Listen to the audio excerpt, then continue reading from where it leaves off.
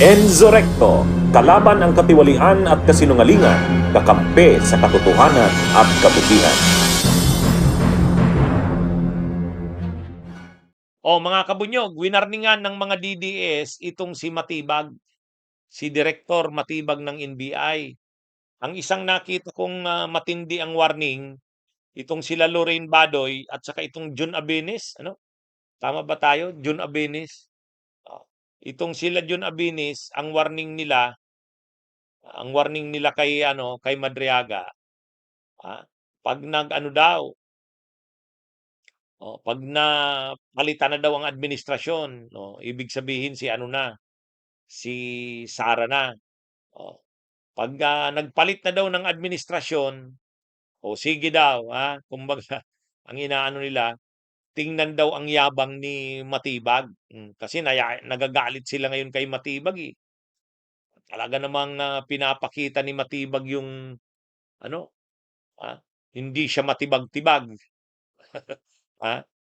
Kaya lang itong mga DDS galit na kay Matibag.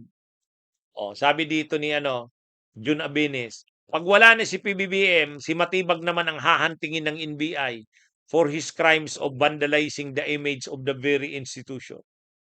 Oh, kaya kumbaga ang wina-warning ng mga DDS kay Matibag, maghanda daw ito.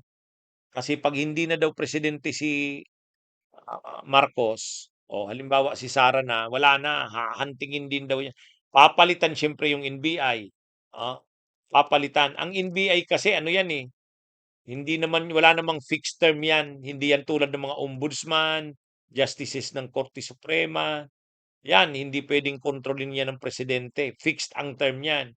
Pero itong NBI, 'pag nagpalit ng liderato ng presidente, pwede niyang palitan ng NBI. Kaya ito yung sinasabi ng mga DDS. Kaya itong warning ng mga DDS, wina-warningan nila si Matibag, 'pag nagpalit daw ng pangulo, itong si Matibag, hahantingin daw ng NBI. Ibig sabihin sisibakin sa pagka-NBI director. Tapos siya naman ngayon ang tatargetin ng NBI, ah. Pero alam naman yan ni Matibag, hindi naman yan ngayon ngayon lang pinanganak. Alam na yan ni Matibag. Sinabi na nga ni Matibag, eh, naging parte siya ng Arroyo administration, naging parte siya ng Pinoy administration, naging parte siya ng Duterte, o ngayon naman Marcos. Kaya sa kanya sabi niya alam niya na yan. Alam niya na yung mga pasikot-sikot na yan, hindi na siya natatakot diyan. Ah, sabi ni Matibag, sa kanya kung ano ang tama, ayun gagawin niya yun. Wala na raw masyado pang maraming mga usapan. Kaya lang marami kasi siyang nahahagip talaga, eh. Ah, Medyo nahahagip talaga halos lahat ng mga DDS. Tingnan niyo si Jason si Eric Celes, pati yung vlogger doon na DDS sa Dubai, yung Bustos, si Eloy Bugris, sinugpi na yun ng NBI, ah, oh. Tapos ngayon ito namang DDS din ito, yung founder ng PGMN, ano rin, inintrap, yun huli, oh. Si Franco Mabanta plus yung 4 niya pang mga kasama, yan yung ngayon, mga kabunyog, mga kababayan. Kaya ito, ah, galit talaga ang mga DDS dito kay Matibag. Ibang klase ito, eh, talagang walang sinasanto, ah, walang sinasanto. Kahit si Mike Defensor nga, eh. Kahit si Mike Defensor. Nung una ang kinasuhan lang ng NBI si Julie, yung asawa ni Mike, at saka yung anak na member ng board. Masyadong maingay pa si Mike Defensor, di sabi ni Attorney Matibag, direktor ng NBI, pati si Mike Defensor kasuhan na rin natin 'yan. Ah, Kasuhan na daw kasi hindi naman totoong hindi siya involved, eh, lagi daw nakikita doon. Ah Anyway, yan mga kabunyog ang warning ng mga DDS. Pero handa na diyan si Matibag, alam niya naman yung trabaho niya. Ito, mga kabunyog, bago itong nangyaring pagkakaaresto kay Franco Mabanta, bago yung pagkakaaresto na yan, Actually, mayroon ng mainit na issue na nai-involve yang PGMA na yan, yang Peanut Gallery Media Network, yung binuo na yan ni Franco Mabanta. O kasi nga, actually si Congressman Terry Redon ng Kamara nag-sponsor na ng ano resolution para imbestigahan nga yang PGMA na yan, Peanut Gallery Media Network. Kasi ang nangyari, mayroong isang ginang, babae. Nagrereklamo siya kasi yung bill niya, may pinakita siyang resibo, ₱700. O nung nakaraang buwan daw, 700 lang ang bill niya sa Meralco. Tapos pinakita niya yung ngayon na bill niya, 7,000. Maraming nag-ano yun, trending yun. Maraming ano doon, nagalit doon.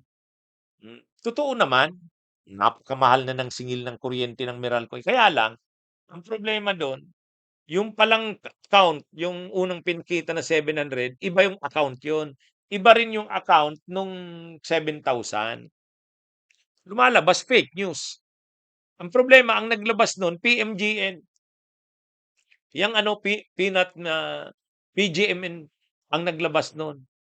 Kaya pinapaimbestigahan ni Congressman Terry Redon yung PGMN, Peanut Gallery Media, dahil sa pagkakalat ng fake news, lalo tungkol diyan sa presyo ng kuryente.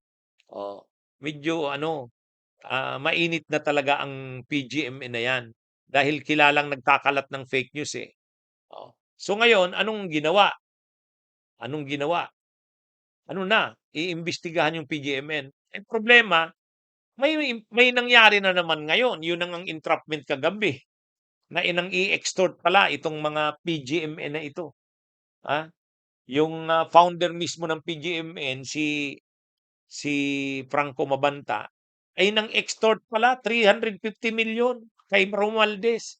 Tumawad lang ng 300 million tapos ibibigay ng 4 na tranches. Pero ang una, yung 75 million ngayon nga sanang nung March 5 sana, 75 million. Kaya lang in-entrap ng NBI. Nagsumbong na yung kampo ni Romualdez sa NBI, nagpatulong na, eh. Yan ang nangyari. Pero may separate pang kaso nga. Dati nang mainit itong PGMN kasi nga nagkakalat ng mga fake news, eh, disinformation. DDS yan na media network, eh. Okay, mga kabunyog, mga kabayan, magandang araw sa inyong lahat. Mabuhay po tayo. Bunyog, bunyog, halikan na kasama ka. Bunyog, kapag buklod ay may pag-asa. Luzon, Visayas, Mindanao, isa ang pananaw. Sa bagong Pilipinas ang bunyog isisigaw.